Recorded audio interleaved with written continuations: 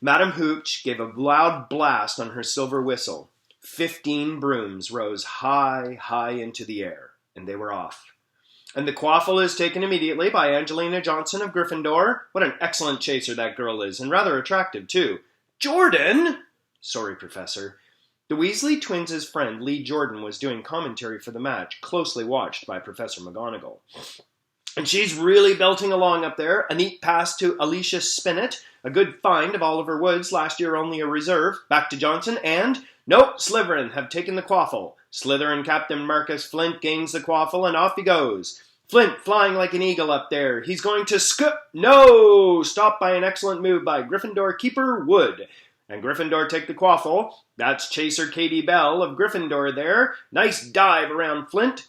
Off, up the field, and ouch! That must have hurt. Hit in the back of the head by a bludger. Quaffle taken by Slytherin. That's Adrian Pusey, speeding off towards the goalpost, but he's blocked by a second bludger. Sent his way by Fred or George Weasley, can't tell which. Nice play by the Gryffindor beater anyway, and Johnson back in possession of the quaffle. A clear field ahead, and off she goes. She's really flying. Dodges a speeding bludger. The goalposts are ahead. Come on now, Angelina. Keeper Bletchy dives, misses. Gryffindor! Score! The Gryffindor cheers filled the cold air with howls and moans from the Slytherin. Budge up there, move along. Hagrid!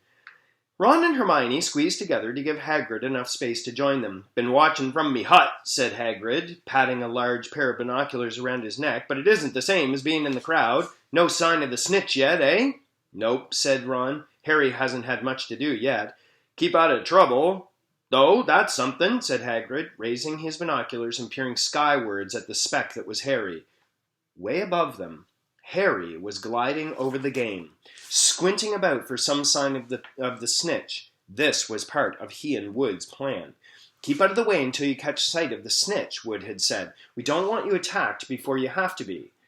When Angelina had scored, Harry had done a couple of loop-the-loops to let off his feelings. Now he was back to staring around for the snitch. Once he caught sight of a flash of gold, but it was just a reflection from one of the Weasleys' wristwatches. And once a bludger decided to come pelting his way, more like a cannonball than anything, but Harry dodged it, and Fred Weasley came chasing after it. All right there, Harry, he had time to yell as he beat the bludger furiously towards Marcus Flint. Slytherin in possession, Lee Jordan was saying. Chaser Pusey ducks 2 bludgers, 2 Weasleys and Chaser Bell, and speeds towards the... Wait a minute! Was that the snitch? A murmur ran through the crowd as Adrian Pusey dropped the quaffle, too busy looking over his shoulder at the flash of gold that had passed near his left ear. Harry saw it. In a great rush of excitement, he dived towards the streak of gold. The Slytherin seeker, Terence Higgs, had seen it too. Neck and neck they hurtled towards the snitch. All the chasers seemed to have forgotten what they were supposed to be doing as they hung in midair to watch. Harry was faster than Higgs. He could see the little round ball, wings fluttering, darting up ahead. He put on an extra spurt of speed. Wham! A roar of rage echoed from Gryffindors below. Marcus Flint had blocked Harry on purpose, and Harry's broom span off course. Harry, holding on for dear life. Foul! Cried the Gryffindors. Madam Hooch spoke angrily to Flint and then ordered a free shot at the goalpost for Gryffindor. But in all the confusion, of course, the golden snitch had disappeared from sight again. Down in the stands, D. Thomas was yelling, "Send him off, ref! Red card!" "This isn't football, Dean," Ron reminded him. "You can't send people off in Quidditch. And what's a red card?" But Hagrid was on Dean's side. They ought to change the rules. Flint couldn't knock Harry out of the air. Lee Jordan was finding it difficult not to take sides. So, after that obvious and disgusting bit of cheating... "Jordan," growled Professor McGonagall. "I mean, after that open and revolting foul. Jordan, I'm warning you." All right. Flint nearly kills the Gryffindor seeker, which could happen to anyone, I'm sure. So a penalty to Gryffindor, taken by Spinnet, who puts it away, no trouble, and we continue play, Gryffindor still in possession. It was Hagrid... It was, as Harry dodged another bludger, which went spinning dangerously past his head, that it happened. His broom gave a sudden, frightening lurch. For a split second, he thought he was going to fall. He gripped the broom tightly with both hands and knees. He'd never felt anything like it. It happened again. It was as though the broom was trying to buck him off. But Nimbus 2000s did not suddenly decide to buck off their riders. Harry tried to turn his back towards the Gryffindor goalposts. He had half a mind to ask Wood to call time out, and then realized that his broom was completely out of his control. He couldn't turn it, he couldn't direct it at all. It was zigzagging through the air and every now and then making a violent swishing movement which almost unseated him. Lee was still commentating. Slytherin in possession, Flint with the quaffle, passes Spinet, passes Bell, hit hard in the face by a bludger. Hope it broke his nose. Only joking, Professor. Slytherin score! Oh no! The Slytherins were cheering. No one seemed to have noticed that Harry's broom was behaving strangely. It was carrying him slowly higher, away from the game, jerking and twitching as it went. "Dunno what Harry thinks he's doing," Hagrid mumbled. He stared through his binoculars. If I didn't know better, I'd say he'd lost control of his broom, but he couldn't have. Suddenly, people were pointing up at Harry all over the stands. His broom had started to roll over and over, with him only just managing to hold on. Then the whole crowd gasped. Harry's broom had given a wild jerk, and Harry swung off it. He was now dangling from it, holding on by only one hand. "Did something happen to it when Flint blocked him?" Seamus whispered. "Can't have," Hagrid said, his voice shaking. "Can't nothing interfere with a broomstick except powerful dark magic. No kid can do that to a Nimbus 2000. At these words, Hermione seized Hagrid's binoculars, and instead of looking up at Harry, she started looking frantically around the crowd. "What are you doing?" moaned Ron, grey-faced. "I knew it," Hermione gasped. "Snape, look." Ron grabbed the binoculars. Snape was in the middle of the stands opposite them. He had his eyes fixed on Harry and was muttering non-stop under his breath. "He's doing something! Jinxing the broom," said Hermione. "What should we do?" "Leave it to me." Before Ron could say another word, Hermione had disappeared. Ron turned the binoculars back on Harry. His broom was vibrating so hard it was almost impossible for him to hang on much longer.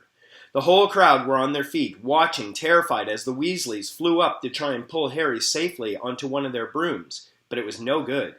Every time they got near him, the broom would jump higher still. They dropped lower and circled beneath him, obviously hoping to catch him if he fell. Marcus Flint seized the quaffle and scored 5 times without anyone noticing. "Come on, Hermione," Ron muttered desperately.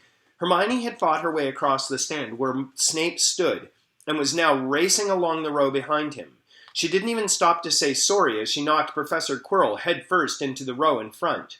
Reaching Snape, she crouched down, pulled out her wand, and whispered a few well-chosen words. Bright blue flames shot out of her wand onto the hem of Snape's robes.